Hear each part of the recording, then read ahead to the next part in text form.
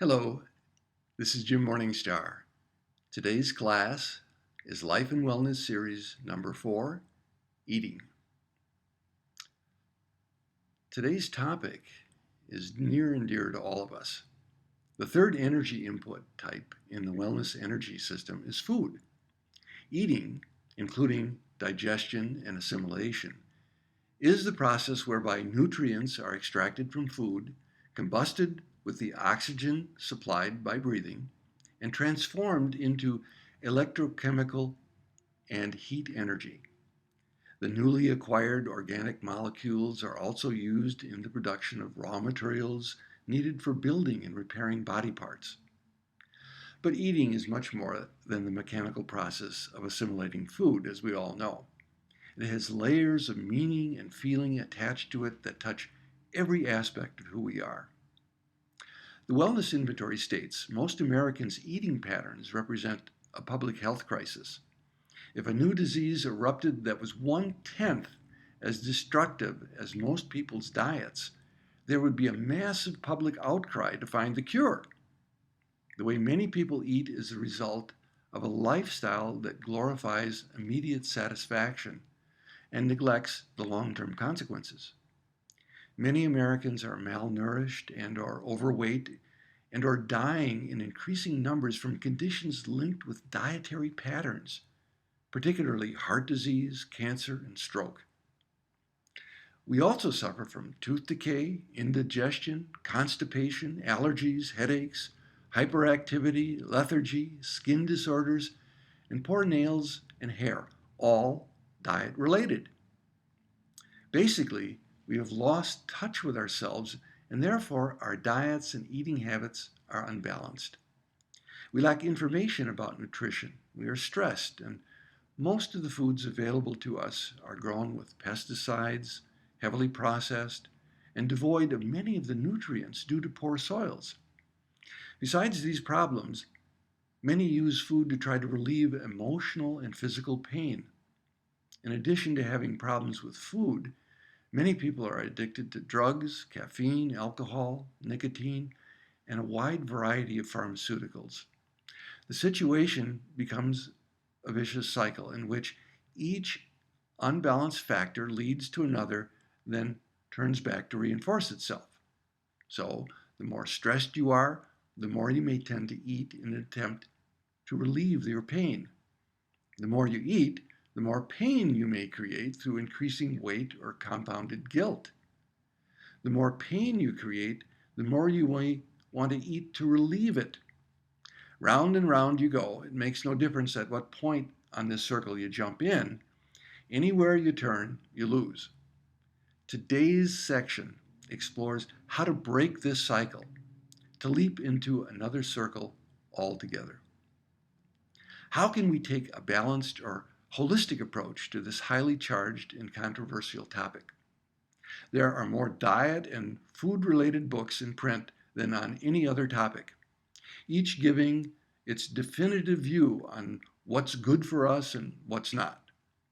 So let's not get on a soapbox preaching the evils of the modern American diet, agriculture, and food processing.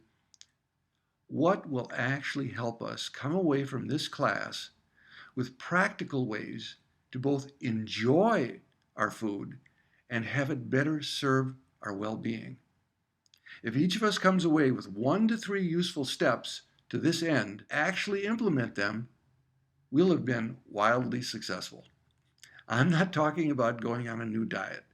So many studies have been done to show that radical dieting not only does not work in the long run, but that it's actually harmful. All behavior is motivated by our thoughts, feelings, and past conditioning. So any changes in our satisfaction and healthy behaviors will start with our thinking and our feeling about our bodies and how we nourish them. Let's examine our eating from the physical, emotional, mental, and spiritual points of view that give us a more whole picture of who we are. First, the physical. What do I eat? Every person has different nutritional needs based on age, health, and other factors. So, how do we find what's right for us? We've relinquished awareness and self-responsibility in our eating habits, as we have in so many other areas of our lives. Few people are in touch with themselves and knowledgeable enough about their own metabolism to design their own nutritional programs. We therefore follow the patterns we learned as children, or the recommendation of experts, or the lead assumed by the advertising media. Because nutritional education is filled with talk of norms, minimum daily requirements, average weights, and ideal diets, it's easy to become confused and forget our uniqueness. If you watch what people eat and observe the resulting bodies, you soon realize that what works for one may be the downfall of the other. One friend consumes huge quantities, has tremendous energy, rarely gets sick, and never gains weight. Another generally eats sparingly and yet constantly battles with overweight. A chronically overweight woman complains that she merely has to drive past a bakery shop and she puts on a few extra pounds. The realization that differences exist in the ways our bodies metabolize food was offered by Dr. George Watson of the University of Southern California in the 1960s when he observed the different effects that foods had on people's emotions. Around the same time, Roger J. Williams, PhD, was developing his similar theories expressed in his book, Biochemical Individuality.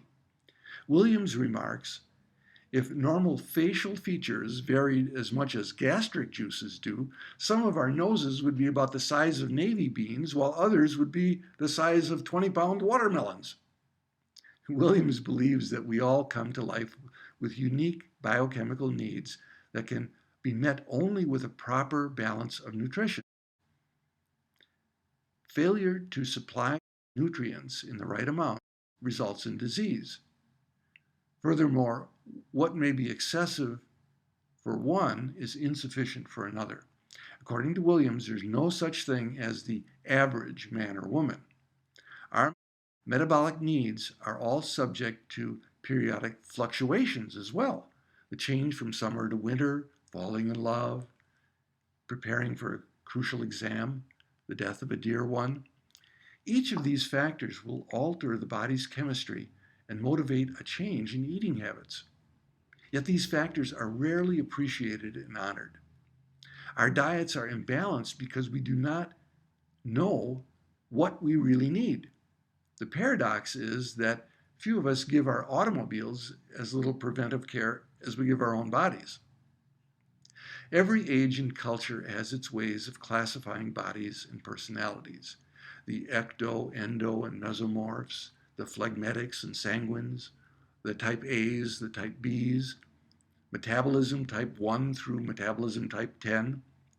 True to form, this interest in types found expression in various approaches to diet through the 1990s, and the movement continues today, following upon the popularity of books by pioneer Vasant Lad and Deepak Chopra.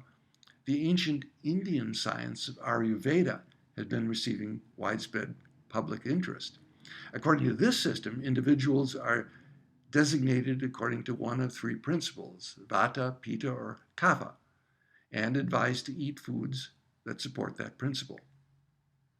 Another response to this need for individuation has been the introduction of personalized health plans, the personally designed diet, the nutritional analysis, the metabolic profile.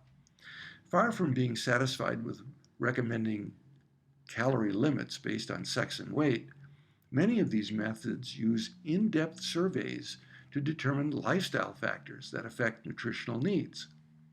Others test pulse rate, saliva, blood, hair, urine. These trends, aside from confirming that we humans are fascinated with technology and with putting ourselves into categories, indicate a positive and growing appreciation for the needs of individuals. Any viable system, including those advanced in any book, must offer a wide range of tolerance. No matter how much an approach to nutrition may have served me personally, my dietary successes are based on my own needs and experiences and will not work for everybody. So, finding the right diet for you requires knowing yourself as much as knowing the standards of the latest experts. Let's do a simple exercise together and see what stands out for you and your eating habits.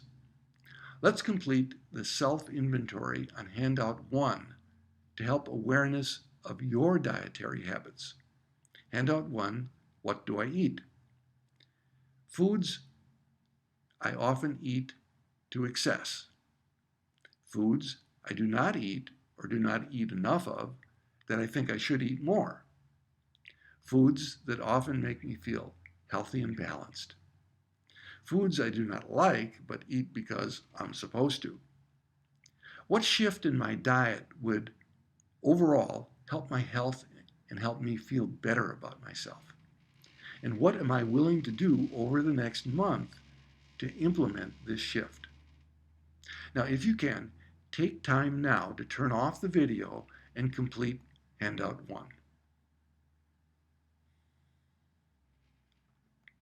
The second area we will examine concerning food is the emotional. Why and when do I eat? According to the U.S. Centers for Disease Control and Prevention, the prevalence of obesity among adults rose 60% nationally since 1991. That's a dramatic increase in a relatively short period of time, said Donald Hensrud, a Mayo Clinic nutrition specialist. Many people use food as emotional insulation to protect themselves from further hurt, or as a drug to dull the pain of a meaningless existence, a broken marriage, or the death of a loved one. When the U.S. federal government started giving tax breaks for insulating homes to conserve energy, it made environmentalists very happy.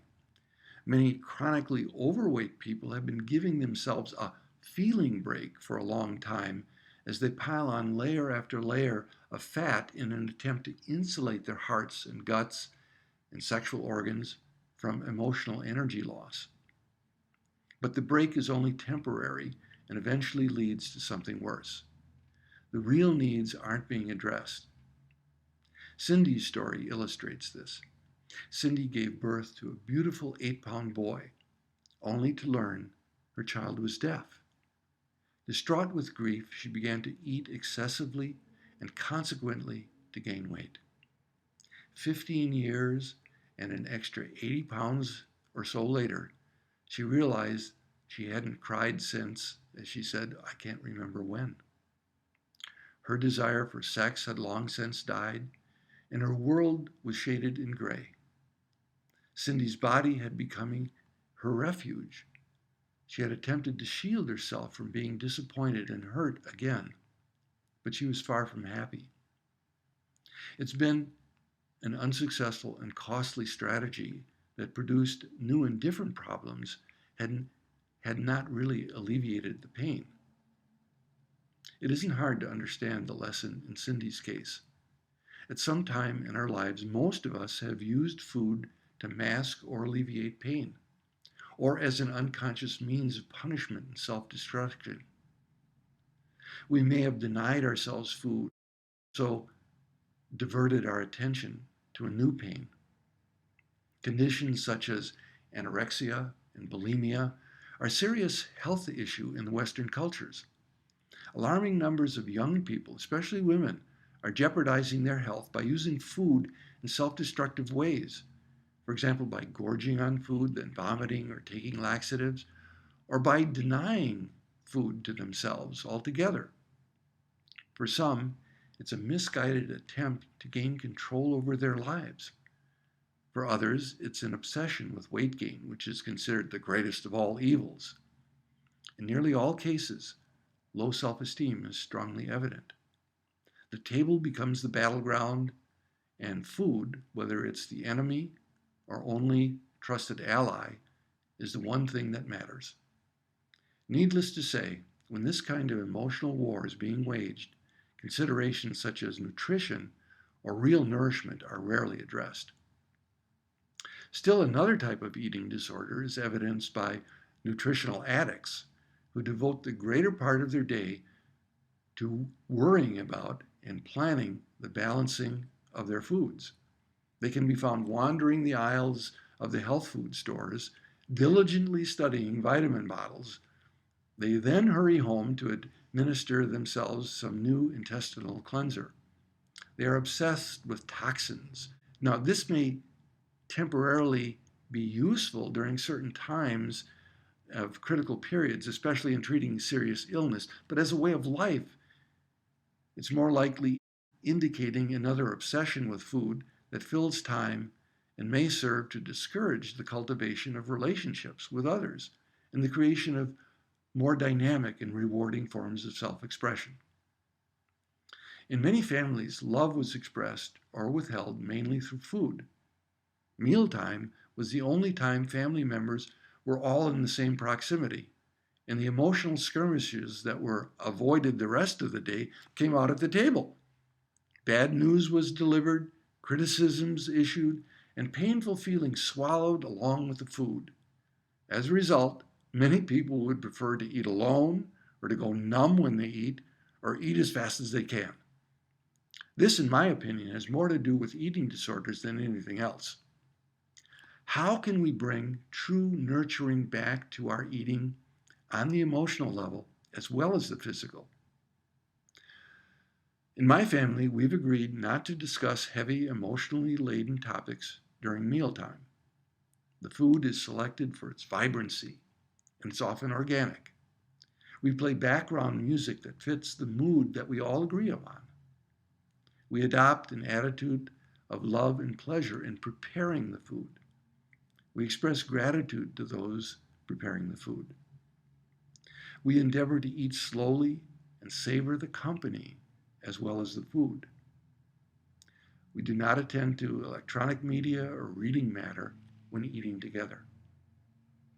For me, this promotes nurturing on all levels. At your next meal, do this simple exercise. Look at your food and imagine where it came from and what it took to get to you. If it's a plant, where and how did it grow? How was it picked and delivered to your locale? By what means? Did it get from there to you? Who prepared it? And how was it prepared? If it's an animal, where was it born and raised? Again, how did it get to you? Similarly, how did the minerals, such as salt, get to your table? Take a moment to inwardly express gratitude for each food item and the people who helped to get it to you. I'm not suggesting that you should do this exercise in such detail every time you eat, but doing it at least once can help add an ingredient of gratitude for the process of life and how we are part of its connected fabric. This helps both digestion and assimilation of the food which is being transformed into our bodies.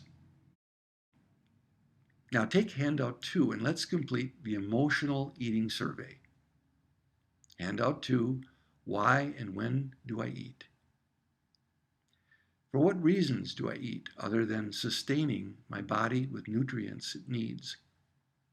What circumstances help me feel most relaxed and nurtured while I'm eating?